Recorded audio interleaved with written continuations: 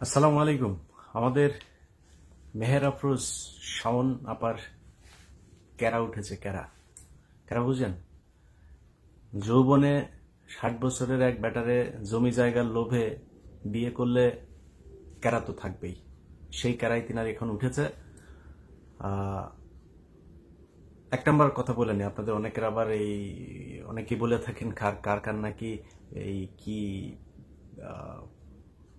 ওই যে crush trash বলেন না, কি কি বলে যেন, এর অনেকের নাকি ক্রাশ আছে। তো এই বেটিরে আমি সরাসরি দেখছিলাম হুমায়ুন আহমেদ মারা যাওয়ার পরে এক সাক্ষাৎকার আনতে যায়।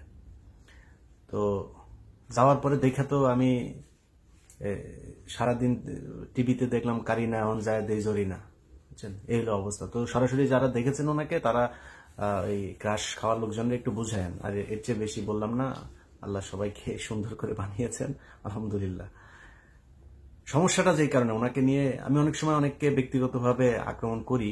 আক্রমণ করার কারণ হচ্ছে কোনো কিছুই ব্যক্তিগত না। আপনি যখন রাষ্ট্রীয় বিষয় নিয়ে কথা বলবেন তখন আপনাকে রাষ্ট্রীয়ভাবেই আপনাকে করা হবে। ওইটার সবকিছুর জবাব দেওয়ার জন্য আপনার কথা। অনেক মানুষ আছে না যে তার ব্যক্তিগত জীবন কি ওইটা নিয়ে কথা বলে। আর একটা ব্যক্তিগত জীবন তুই ওই যে নিজামী, তারা বলা হয়েছে কোন এক জায়গায় হরিণ দিয়া কোন মেয়ে মানুষ দিয়া টিয়া তারপরে কিচ্ছা কাহিনী সাজানো হয়েছে না, সাইদিকে নিয়ে সাজানো হয়েছে না, মুজাহিদকে নিয়ে সবাই কিন্তু সাজানো হয়েছে। এইভাবে সবার সাথেই নারীকে ঢুকিয়ে দেওয়া হয়েছে। মিথ্যা কথা বলে তাদেরকে সাজানো হয়েছে। সত্য কথা বলতে সমস্যা কোথায়?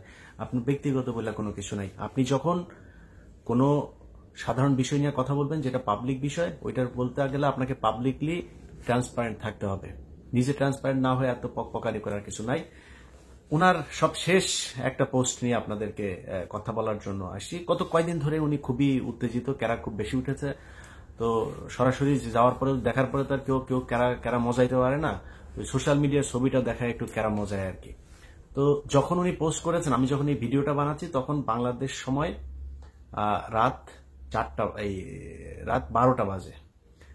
তো এই যে পোস্ট করেছেন, পোস্ট করার পরে তিনি সেখানে রাসেলের প্রতি তার একটু দরদ উঠেছে। রাসেলের 60তম আপনার জন্মদিনে উনি খুব আবেগঘন এক করেছেন। তো 60 বছরের মানুষের প্রতি কিন্তু আবার শাওন আপার একটা আলাদা ধরনের একটা আকর্ষণ আছে, এটা আপনারা জানেন সবাই। হ্যাঁ, তো সেই আকর্ষণটা যদিও জানি না আসল আকর্ষণ নাকি জমি জায়গার জন্য আকর্ষণ, সেটা বলা মুশকিল। আমার মনে হয় জমি জায়গার জন্য আকর্ষণ। কারণ হুমায়ুন আহমেদ যখন মারা যাওয়ার সময় শাওন আপা মাজার ভাইয়ের সাথে যায় হোটেলে ছিলেন। হ্যাঁ, নিউ ইয়র্কে এসে হোটেলে ছিলেন মাজার ভাইয়ের সাথে উনি। আর ভদ্রলোক অসহায়ের মতো শেষ দিনগুলো পার করেছেন। তো আমার ধারণা হুমায়ুন আহমেদের জীবনের যে পাপ ছিল সেই পাপের প্রায়শ্চিত্ত হয়েছে এই বদমাইশ মহিলাকে দেয়া। শেষ বয়সে এসে উনি মিডিয়ার সামনে দেখিয়েছেন নানান ধরনের কান্নাকাটি করে, তারপরে অভিনয় তো পারেন, অভিনয় করে দেখিয়েছেন যে হুমায়ুন আহমেদের প্রতি তার বিশাল ভালোবাসা। তারপর অনেকে মনে করতে পারেন যে হুমায়ুন আহমেদের পরে উনি এখনো বিয়ে করেন নাই, তাহলে বোধহয় আসলেই ভালোবাসেন। আরে বেটা, বিয়ে করবে কে? যে বিয়ে করলে তো সামনে যায় দেখবে, দেখলেই তো বুঝবে যে কারিনা না জরিনা। বিয়ে তো কেউ করে না, এই কারণে উনি বিয়ে করেন। আপনারা মনে করেন না ভালোবাসার থেকে বিয়ে করেন। যারা খায় মাগনা খায়, মাগনা খাইতে তো ধরেন দেখতে কেমন হইলো এটা সমস্যা না, এইভাবেই খাচ্ছেন ওনাকে। আর টাকা পয়সা কিছু আছে, সুগার মাম্মি হয়ে এখন তো সুগার নানি হওয়ার বয়স হয়ে গেছে। তো সুগার নানি এখন ধরেন করে এই প্লাপার নিয়ে টিয়া টাকা পয়সা দিয়ে হয়তো পয়সা তো কামিয়েছেন হুমায়ুন আহমেদ, সব তো দখল করেছেন অর্ধেক অর্ধেক ভাগ নিয়ে। উনি সেখানে এইসব নিয়ে আলাপগুলো কেন আসলো সেই কারণটা আপনাদেরকে বলি। তা সেই ফেসবুকের পোস্টে গোলাম সারোয়ার অনিক নামে এক ভাই একটা কমেন্ট করেছেন। কমেন্টে তিনি লিখেছেন যে সাদে হেলিকপ্টার থেকে গুলি খাওয়া রিয়ার ব্যাপারেও আপনার এমন পোস্ট চাই। অর্থাৎ ওই ভদ্রলোক যেটা বুঝাতে চেয়েছেন যে তিনি এই যে রাসেলের যে আবেগ ঘন এই শাওনের নিচতলা আপনার ভিজে যাওয়ার যেই পোস্ট তিনি করেছেন, সেই পোস্ট অনুযায়ী যেই আবেগ দেখিয়েছেন, ওই রিয়ার ব্যাপারেও তিনি সেই আবেগটা দেখাতেছে। অর্থাৎ রিয়া নামে যে ছোট্ট বাচ্চাটাকে র্যাব গুলি করে মেরেছে সেটা নিয়ে।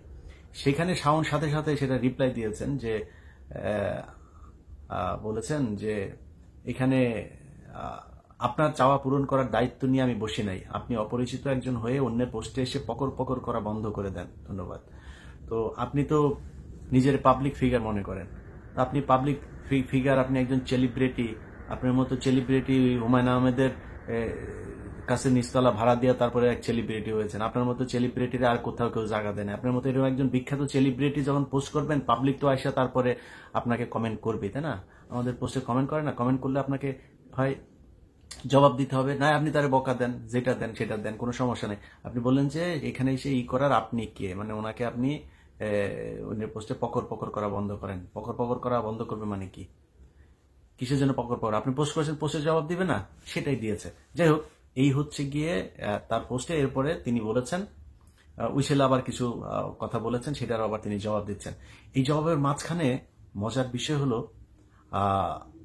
পোস্টটা যদি আমি গোয়েন্দা সংস্থাকে বলবো যে এই পোস্টটা আপনারা দেখবেন, এখানে অনেক এই শেখ মুজিবের সাথে এই মমতাজের আকাম কুকাম করার মাধ্যমে পয়দা হওয়া কিছু বিজম্মাও এই পোস্টের মধ্যে আছে।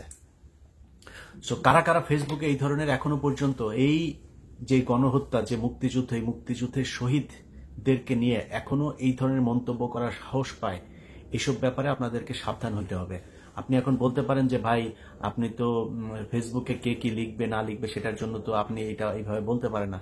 ফেসবুকে কে কি লিখবে না লিখবে এটা আওয়ামী লীগ শিখিয়ে দিয়ে গেছে। এই শাওনদের, এই 60 বছরের বুড়া চাচার আপনার বউ যে শাওন, এই শাওন বান্ধবীর বাপের সাথে আকাম কুকাম করে তারপরে লটর বটর বাজায় বিয়ে করা মাল এখন এসা আপনাদের চেতনা শিখায়। এই চেতনা যাদের প্রতি ছিল তার সে আওয়ামী লীগ সরকার শিখিয়ে গিয়েছে যে তারেক রহমানের বক্তব্য বাংলাদেশে চালানো যাবে না, কোনো মিডিয়া চালায় নাই, এরকম না যে মিডিয়া চালিয়েছে। তারপরে আলেমদের, জামাত ইসলামের নিউজ তারা ছাপায় নাই। জামাত ইসলাম যেখানে মিটিং করেছে সেটাকে বলা হয়েছে নাশকতার জন্য নাকি তারা মিটিং করছে। এটা সেই বাংলাদেশ। জামাত ইসলাম সরাসরি ফেসবুকে কোনো পোস্ট করতে পারে নাই। গোপনে গোপনে বিভিন্ন জায়গা থেকে, বাঁশের কেল্লা সহ বিভিন্ন গোপন জায়গা থেকে তাদেরকে কাজ করতে হয়েছে। তারা ওপেনে বসে থেকে তারপরে এইভাবে সরকারের বিরুদ্ধে, একটা বিপ্লবী সরকারের বিরুদ্ধে রাষ্ট্রদ্রোহী কার্যক্রম ফেসবুকে চালিয়ে যাচ্ছে। এই শাওনদের মতো কিছু মাল আছে যারা টাকার মাধ্যমে সবকিছু করতে পারে। এই ধরনের মালগুলোকে আওয়ামী লীগ এখন টাকা পয়সা দিয়ে কাজে লাগাচ্ছে। এটা সিরিয়াসলি নিতে হবে। আমি মনে করি জনাব আসিফ নজরুল আপনাকে এটার পদক্ষেপটা নেওয়া উচিত।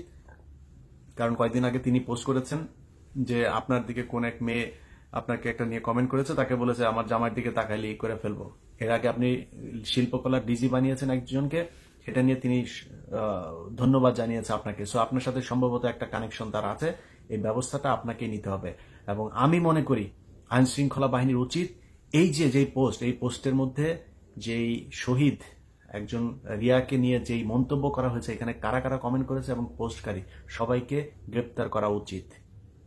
আমার মনে হয় বাংলাদেশের মানুষ যারা একটা বিপ্লবের মধ্য দিয়ে যাচ্ছেন তাদের সবাইকে যার যার জায়গা থেকে, শুধু পুলিশ না, যার যার জায়গা থেকে, সেটা হইতে পারে কালকে জামাত, শিবির, বিএনপি, তারপরে ছাত্ররা আছে না, তারা ওনার বাসায় গিয়ে একটু দেখা করে আসতে পারেন। আল্লাহ হাফেজ।